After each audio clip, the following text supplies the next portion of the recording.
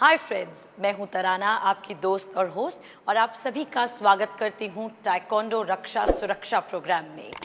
Martial arts पर आधारित इस प्रोग्राम के जरिए हम आपको ताइक्वांडो से रिलेटेड वो तमाम जानकारी देंगे जिससे आप ताइक्वांडो आसानी से सीख सकेंगे।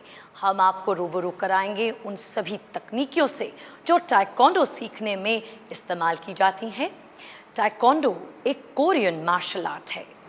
इसका जन्म बौद्ध भिक्षुओं ने किया था। अन्य मार्शल आर्ट की अपेक्षा इसमें कठिन और सतत अभ्यास की आवश्यकता होती है।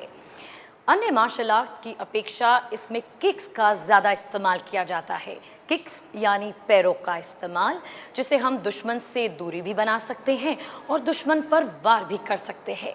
तो आइए मेरे साथ चलिए और देखते हैं आखिर ताइक्वांडो है क्या।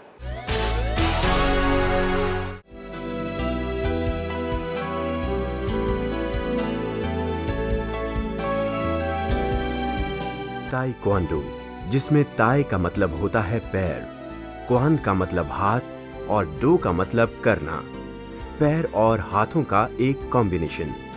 ये एक कोरियन मार्शल आर्ट है जो कि अब दुनिया भर में विख्यात हो चुकी है। ताइक्वांडो कोरिया का नेशनल स्पोर्ट है और इसे ओलंपिक्स में भी मान्यता प्राप्त है। ताइक्वांडो का अपना एक इतिहास है। सबसे पहले इसे सिर्फ कोरियन आर्मी में ही सिखाया जाता था। ताइक्वांडो को गहराई से जानने के लिए इसके ऐतिहासिक और सामाजिक स्वरूप को गहराई से समझना होगा। ताइक्वांडो को इजाद और इसको प्रयोग में लाने वाले सबसे पहले 3 राज्य थे जो कि एक दूसरे के विरोधी थे। ये थे गोगिया, सिला और बाइकजी।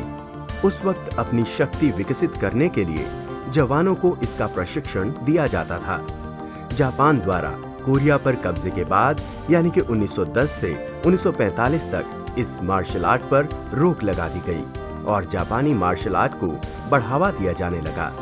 लेकिन इसे बाद में भिक्षुओं ने अपने मठों में पाला पोसा और विकसित किया।